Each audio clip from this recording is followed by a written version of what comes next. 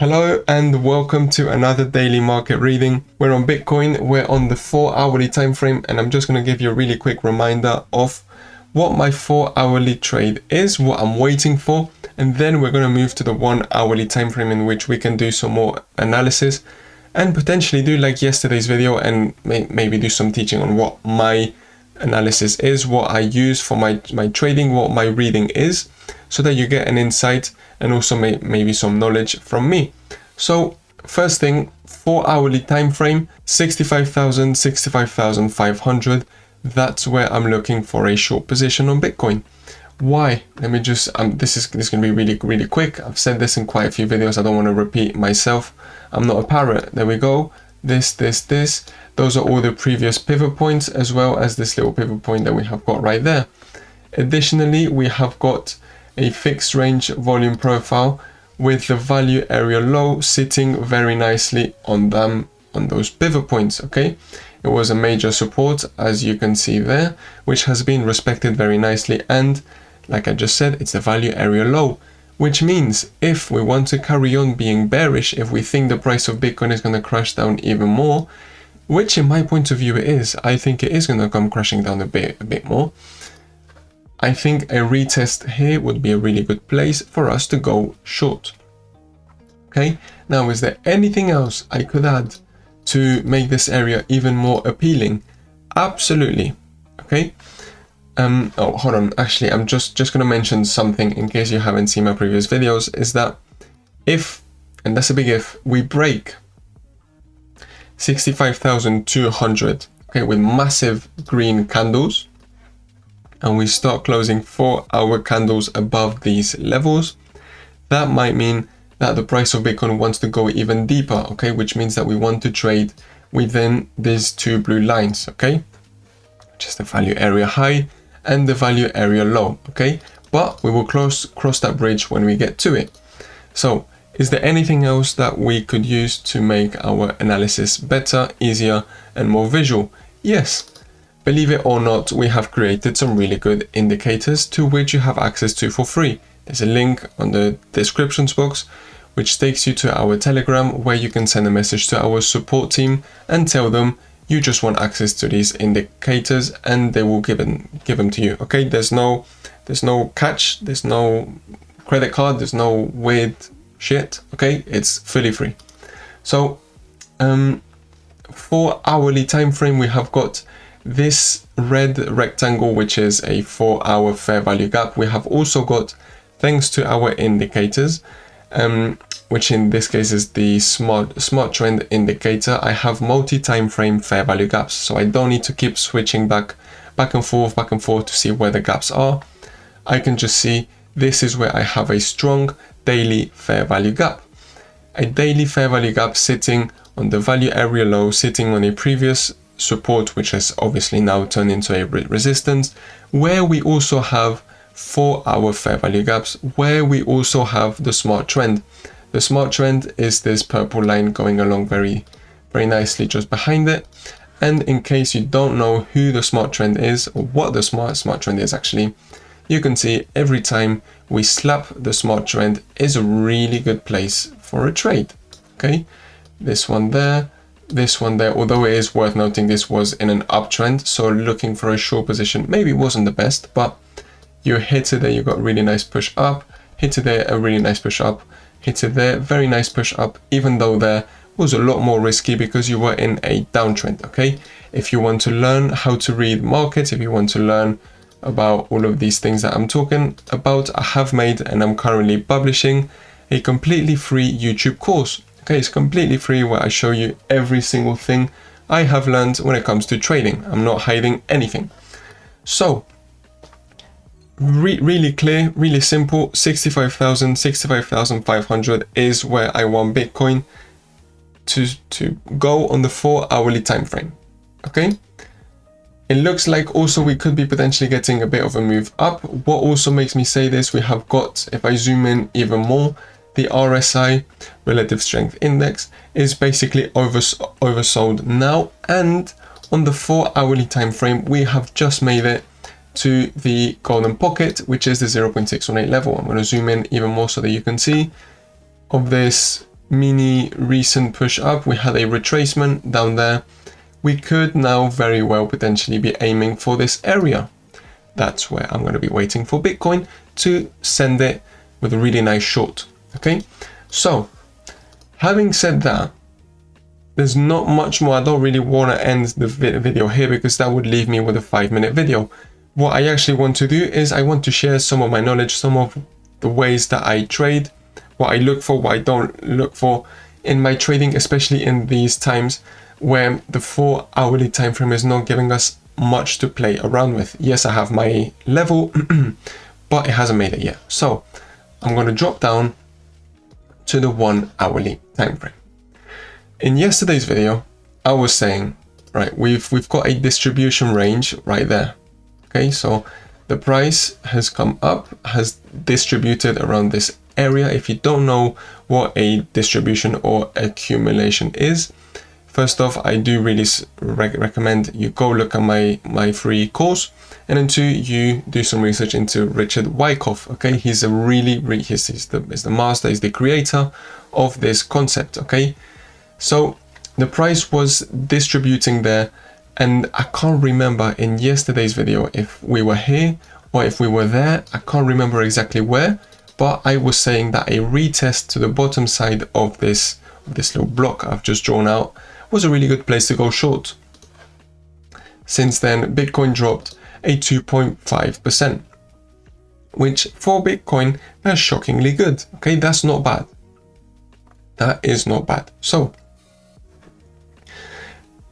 one thing I do want to note, okay, I'm not sure I said this in my previous video, but, or in any video actually, is that my 1-hourly or my 15-minute trade, when it comes to Bitcoin, having 1.5, maybe even 2% move, okay, so if now I just decided to go short and the price moves 1.5% or maybe 2%, that's fine by me.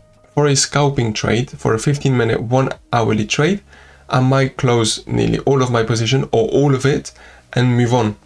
Okay, I'm not really trying to hog it unless it's a really clear pattern. Okay, where would I hog it more? On the 4-hourly trade. On the 4-hour trade, I'm not going to sell when I get a 1 or 2% move. I'm going to wait to get 3, 4, 5, maybe even 6% move. Okay, but I just wanted to make sure that this is clear, okay, that when you're scalping, don't try to hog for a massive crazy trend move.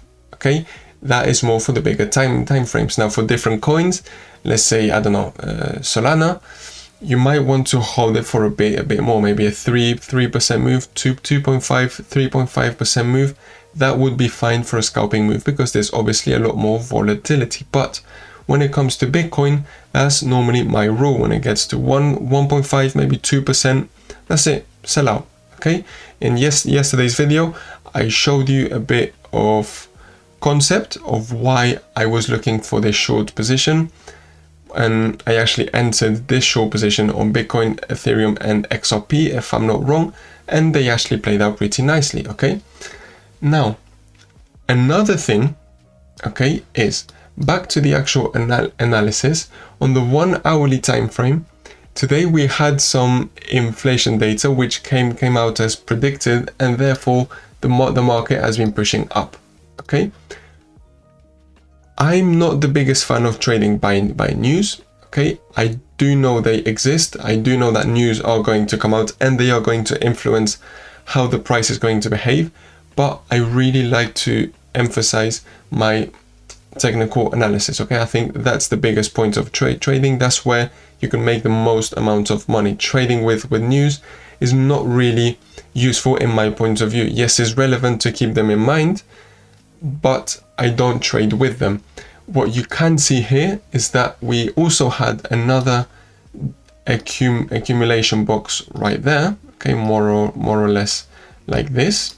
Okay, we also came and we tested the previous low, which was a 1-hour order block, okay, which is what this green rectangle is, and we had a bit of a push up. Was there anything else that could have made us go for a long position? Yes, was this one right there. if I trace, this is a fixed range volume profile, an anchored fixed range volume profile. I'm going to trace it, and you can see how the value area low, which is this blue line, was coming along very nicely there. Okay, so you went from one distribution block down basically to the other, and you weren't able to break it. You had this order block, this previous support, and the value area low, which stopped you from moving down. Okay, so if you wanted to risk it, you could have looked for a long position. I personally didn't. Why? Because I just came out of my short positions in which I was successful. I made some money on 2-3 different coins, and the smart trend is purple. I'm not necessarily very bullish on Bitcoin. What I'm waiting for is places for me to go short.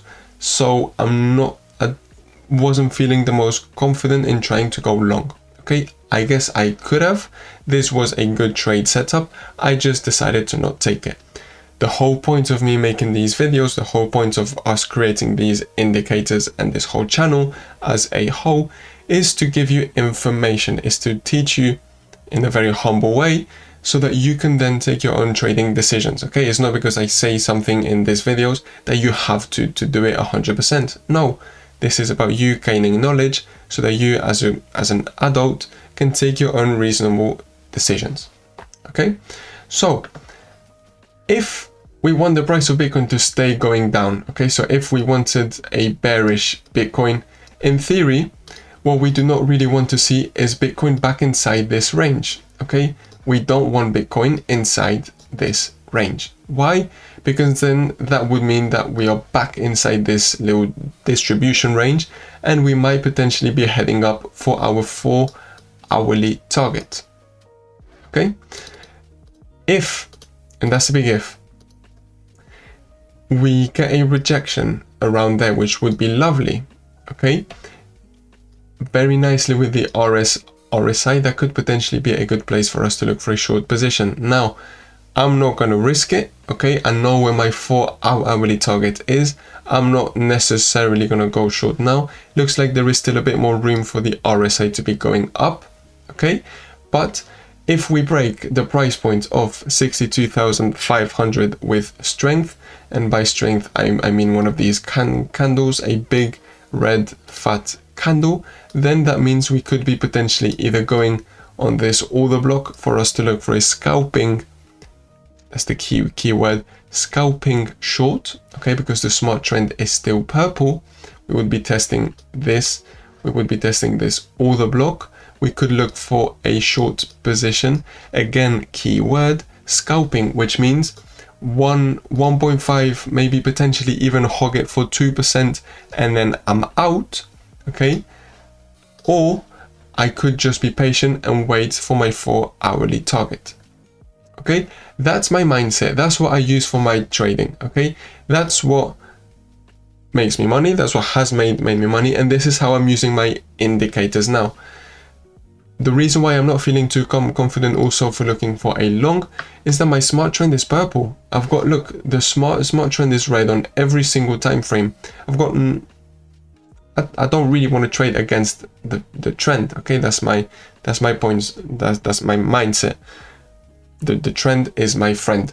So let's now move on really quickly to Ethereum, see what Ethereum's doing, and we can see first off on our trade was quite good as well. Like I mentioned, we got a 3.2% move, which wasn't bad at all. Okay, we got a really clean test on the 1-hourly exponential moving average, and on the 15-minute time frame, which is where I actually pressed the trigger, we were overbought and we were testing the exponential moving average, as well as, if I'm not wrong, this was quite a nice Fibonacci level.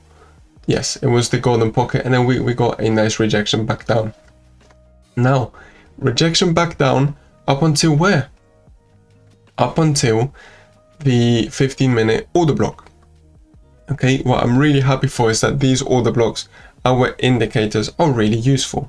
Really useful.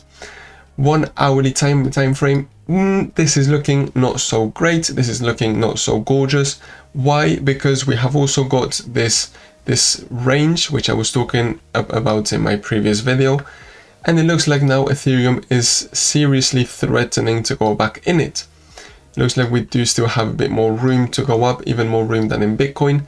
Therefore, it does look like we could be testing the top side of this channel. Okay, I wouldn't go so certain with Ethereum. That's why I'm not potentially looking for a long or a short right now. I made money on my trades from yesterday. I'm not too eager now to go long, to go short. Okay, that's one really important thing when it comes to trading, is that it's good to be patient and not try to rush things. Having said that, there's not much more for me to say. We haven't had much more moves. I've already told you what my main targets are for Bitcoin, and every other coin is basically going to follow what Bitcoin does. Okay, tomorrow we have got more inflation data, and the day after we have got SpaceX launching. So we will see, are we making my videos, and we will see what is going on. And let's not forget, next week we have got the interest rate decisions by the Federal Reserve. So we will see what that brings to us. Okay, we will see if we manage to make it to our 4-hour target, and then we can see if we manage to make some money on that trade. Okay, having said that, thank you very much for watching. Make sure you leave a like, subscribe, and leave any comments. If you do have any questions, I'm going to try my best to answer your comment. Thank you very much for watching, and I'll see you tomorrow. Bye bye.